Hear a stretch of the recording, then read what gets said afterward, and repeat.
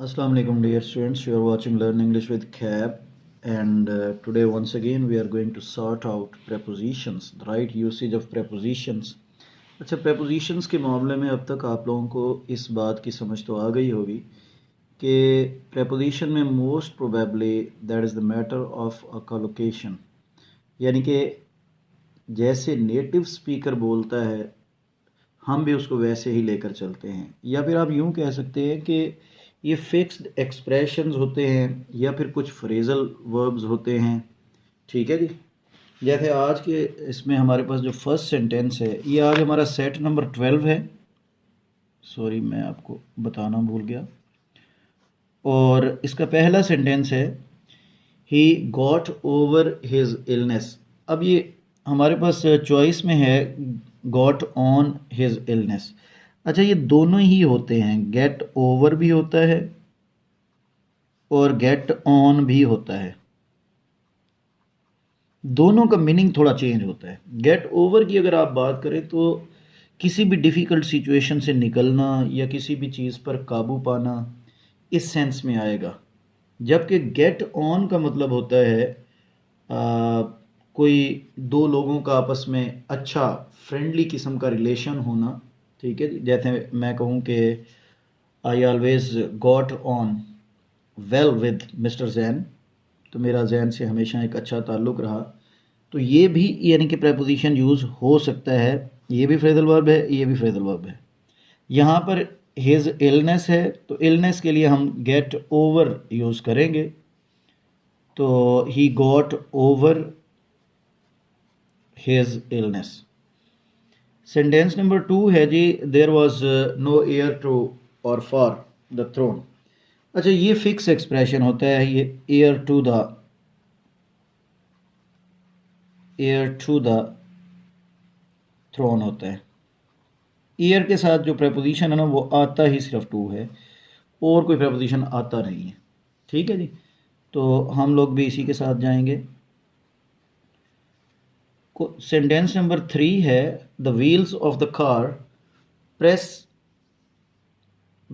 Against और on to the road. अच्छा, ये एक तो प्रेस ट्रांजिटिव होता है, यानी कि व्हेन वी प्रेस समथिंग, जैसे आप कपड़े प्रेस करते हैं तो उसमें आयरनिंग में आप लोग कहते हैं कि she was pressing her suit. तो लेकिन जब आप किसी चीज़ को दबा रहे होते हैं या किसी चीज़ पर प्रेशर डाल रहे होते हैं तो उसके लिए फिर आप लोग प्रेस अगेंस्ट द रोड कहते हैं। तो यहाँ पे प्रेस ऑन टू नहीं आएगा। ऑन टू तो वैसे डायनामिक होता है और सरफेस के लिए होता है। ठीक है जी। तो that is the wrong choice. इसके बाद हमारे पास सेंटेंस नंबर 4 है translate the passage in English और इन टू इंग्लिश। तो ये पूरी एक चेंज है, यानी कि एक पैसेज जो है वो उर्दू में है या किसी और लैंग्वेज में है और आप उसको इंग्लिश में कन्वर्ट कर रहे हैं, तो चेंज इन टू आएगा ये, यानी कि translate the passage into English. ये डायनामिक सिचुएशन है जी, इन इंग्लिश नहीं आएगा। ठीक है जी, ट्रांसलेट इन टू ही होगा। सेंटेंस नंबर 5 है जी आपके पास, she was trembling with cold और ट्रेम्बलिंग बाय कोल्ड। अच्छा, बाय तो सोर्स के लिए होता है, एजेंसी के लिए होता है, तो ये हो नहीं सकता। She was trembling with cold आएगा। अच्छा, ये ट्रेम्बल विद जो है ना, इसको ज़रा देखिएगा। ट्रेम्बल विद फियर भी होता है, एंगर भी होता है, कोल्ड भी होता है। ठीक है जी। तो ये ट्रेम्बल विद जो है इन सब के साथ आएगा, फियर के साथ भी आएगा, कोल्ड के साथ भी आएगा, एंगर के साथ भी आएगा। तो हम लोग यहाँ पे ट्रेम्बल विद के साथ जाएंगे, ट्रेम्बल बाय कोल्ड नहीं होगा।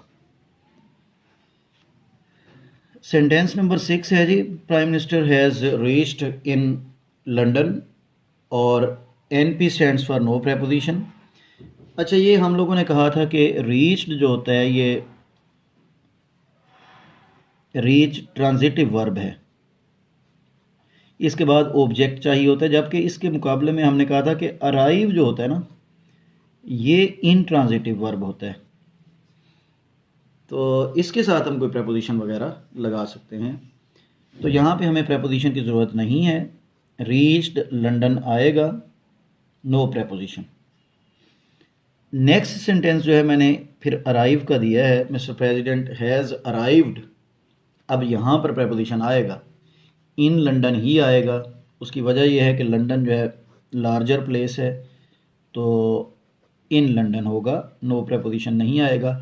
और एट जो है ना आप लोग यूज़ करते हैं for smaller places. At is used for smaller places.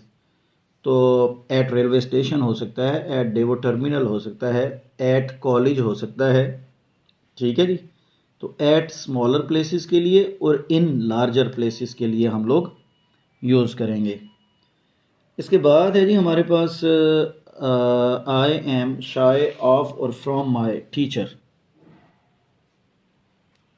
I am shy of, अच्छा ये ना शाय ऑफ समबडी या समथिंग होता है।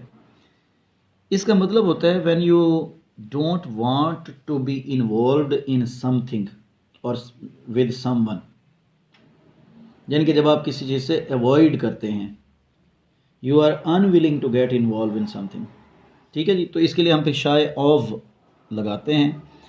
और दूसरे नंबर पे ये भी ध्यान में रखिएगा कि ये जो शाय फ्रॉम दिया है ना, ये शाय फ्रॉम होता नहीं है, शाय के साथ फ्रॉम आता ही नहीं है बिल्कुल। ठीक है जी। तो ये इसलिए भी रॉन्ग है, शाय ऑफ ही होगा। इसके बाद है जी they have been playing cricket since और फॉर 2 आवर्स। अच्छा इसका एक फार्मूला मैंने आप लोगों को बताया था, आप लोगों को याद होगा कि सिंस के लिए मैंने कहा था कि ये स्टार्टिंग पॉइंट होता है,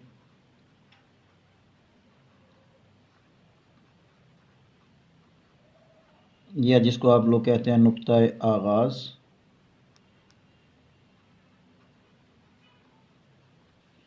यानी कि जब आपको स्टार्टिंग पॉइंट दे दिया जाए तो फिर सिंस, और जब आपको टोटल टाइम दे दिया जाए,